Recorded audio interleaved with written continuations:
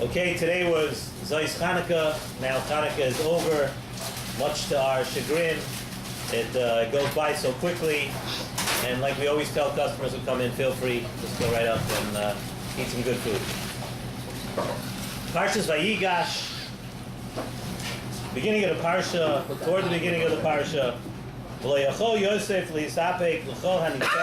Yosef couldn't withhold himself anymore in front of all the people that were standing around him.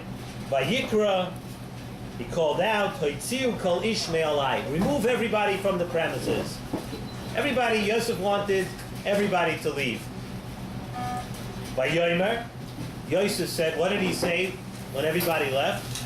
Ani Yosef, I am Yosef, asher machartem oisi Mitzrayim, that you sold me to Mitzrayim. So the Mefarshim ask many shilas, and they have many dikdukim on these psukim. Very interesting, the confrontation, so to speak, here between the Shvatim, Yehuda, Yosef. The Midrashim here are unbelievable. You read through a Medrash if you have some time on Friday night and you want to fall asleep on the couch, pull out a Medrash. Unbelievable what was going on and how much more, okay, we got the noise on over here now, how much more the actually was going on behind the scenes between the Shvatim and Yosef. But one of the questions that they ask, I'm just going to ask you a couple of questions.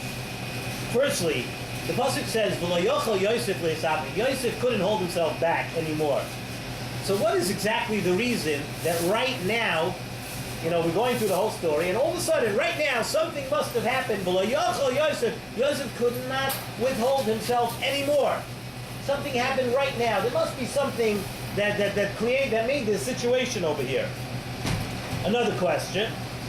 Why did Yosef say the part that that like we said, the second pasuk, that I am Yosef, asher machartem oisi Mitzrayim, that you sold me to Mitzrayim? I would think, and I'm sure most of you or all of you would agree with me, that as soon as Yosef said, Ani Yosef, I think the brothers would probably remember the entire story.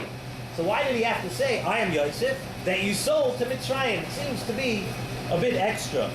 And the next question that some of the Mefarshim ask is, throughout the last 2 weeks in the Parsha, Yosef was putting his brothers through a lot of tzaras.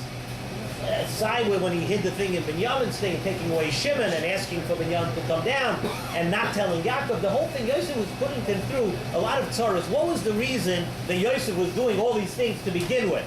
Okay, it culminated in this week's Parsha at the beginning, but through the last couple of weeks, what was the reason that Yosef did this whole thing?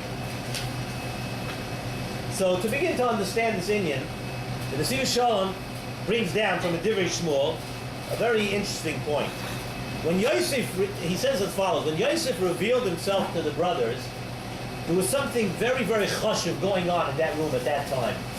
There was a yichud, there was a coming together of the Shvatim, of Yosef, Binyamin, and all the other brothers for the first time in many, many years. And this was a very, very special occasion. It was a special yichud, a special getting together of all the Shvatim together.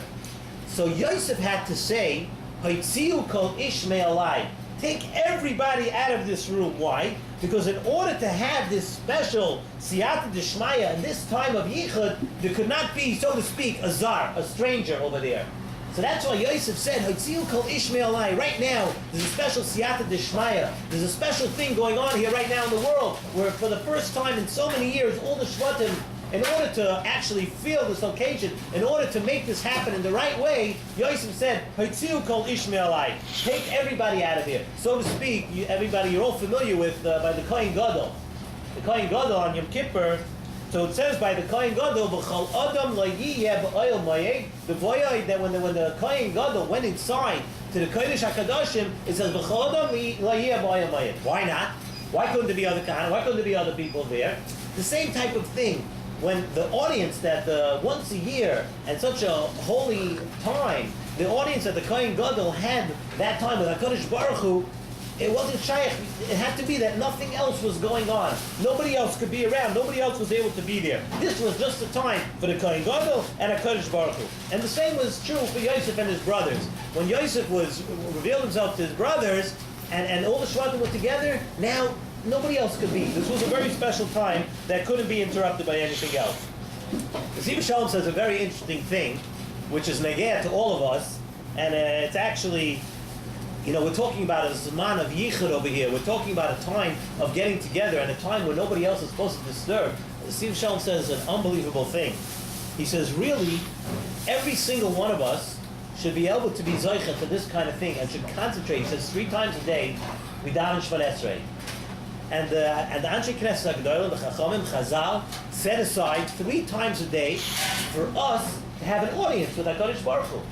And he says during Shemona Esrei, when a person's davening, a person puts on his tefillin in the morning, his talis, his tefillin, and he sits down and he davens and he gets up and he says Shemona Esrei, that's the way a person should feel. A person should feel that I was given this precious opportunity. The audience, this is my audience, this is my time for HaKadosh Baruch Hu and myself. I have a chance to be alone with HaKadosh Baruch Hu. And a person has to talk and make sure that there's nothing else. Haitziu kol ish, it maybe used to be people, but now cell phones, beepers, pagers, whatever is going on. A person has to make sure, when the Siyur Shalom was written, this was over 10 years ago. I don't know, there weren't so many cell phones then. It could be if it was written a little bit later, it would have said in here, he was a very on top of the situation kind of, he knew what was going on, so, but this is what he's discussing, that when it comes, we all have this opportunity, the same thing that the Kohen Gadol, but the Pasuk tells us over there, by Yosef, V'loi omad ish, nobody was standing there, right? There was to be nobody, V'hisvad Yosef el echav. So the Medrash, we could go back and talk a little bit. There's a Medrash over there by the Kohen Gadol. By the Kohen Gadol, the pasuk says, "V'chol adam la'yeh b'ayom mayim." So, the Medrash Rabbah, the Medrash Rabbah over there, when it discusses Yom Kippur, Medrash Rabbah says, wasn't the Kohen Gadol a person? It says, "V'chol adam," no person is allowed to be in the ayom mayim. The Kohen Gadol was a person. So, Zok and Nesiva Shalom, what we're saying here is that the Kohen Gadol himself, it's takatru, V'chol adam la'yeh b'ayom mayim. The Kohen Gadol had to lose his individuality. He had to be total misbatel himself to HaKadosh Baruch Hu.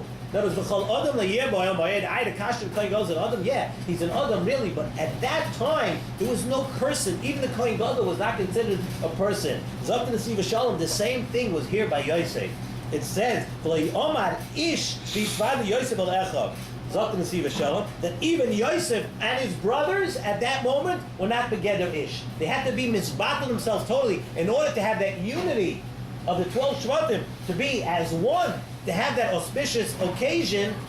Everybody had to be misbatel themselves. There was no person, there was no ish. And of course, the Nesiva Shalom goes into, we won't get into this now, the different, each one of the Shvatim represented a different one of the Tzirufim, Havaya, and all of them got together. And if you have time, very, very late Friday night, 3 o'clock in the morning, you can pull out the Nesiva Shalom and you get into a little bit of those things. It's not meant to really discuss here around the table with full of sandwiches behind me. It's a whole different schmooze. But, okay, so now let's just answer the couple of kashas we asked at the beginning of the parsha. The reason now Yosef had to make, we wanted to know, why did Yosef make all the tzaras for his brother? Why did he have to put them through all of that just to get to this Ani Yosef? The reason Yosef had to put himself, the brothers, through all those tzaras, because Yosef now had to sort of break his brothers down. They had to be his spotless. He had to get to them, and in other words, each one couldn't be a yesh, he couldn't be a person, he couldn't be an ish. And what happened? And once he broke them down, then V'lo Yosef. Right at that time, when Yehuda, who was going to be the Melech, Yehuda was the greatest of the Shvatim. It was going to be Yehuda was going to be the Melech, and Yehuda was ready to say that I am now going to be an Eved to Yosef. In other words, at that moment, exactly that moment, Yosef saw that he had broken down, and none of the Shvatim had a zich in himself anymore. He was ready to become one unit of all the Shvatim. That's why the pasuk says, "V'lo yochel Yosef." Right at that moment, we asked the question: what do you mean? Why was Yosef able to hold himself back? All the times he sent the brothers back there to Yisrael to get Yaakov and Shimon and the whole thing with Binyamin, there he was able to hold himself back. But right now, V'lo yochel Yosef, yeah, because right now he broke the last straw. He got Yehuda, who was going to be the Melech, told him, "I'm ready to be an Eved." He's ready to be an Eved. Then we're all together. Then we're all one. There's no ish over here. And that's why Yosef had to also say, we asked, why did Yosef have to say, Asher machartem oisi Mitzrayim, that I'm the Yosef you sold to Mitzrayim? He could have said, Ani Yosef, we asked. And when he said Ani Yosef, all the brothers would have remembered the story very, very well. They've been worried about it for so many years. They would have remembered the story. So Yosef is telling them, okay, I had to break you. I had to break you down, Yehuda, and I had to really make tzaras for you to break you down. But don't think that I'm any different. Look at me now. You would think that you're all in one place, and I'm a melech. I'm a melech, so I stand out from you. Zok Yosef, no. I'm still the same Yosef. Asher machartim oisi mitzrayma. I haven't changed. I don't hold myself to be this great person. I hold myself to be one of the Shvatim. I hold myself to be one of you. And therefore now Yosef was able to say that there's a special yichud. He sent everybody else out of the room. Yehuda was on par with them now. Yosef was on par. Everybody was in it together. He said, I'm still the same Eved. I'm still the same person. Maybe outwardly I became the second in command of Mitzrayim, but inside I'm really the same Eved. Hashem achartim oisi Mitzrayim. So really the lesson we can learn out of this whole thing is what we said a little earlier, that every person has their moments during the day, their time every day, where you're able to daven, you're able to have a yichud, you're able to sit down with you and a sefer, you're able to daven just with you and a Kodesh Baruch Hu, and we're each given this time.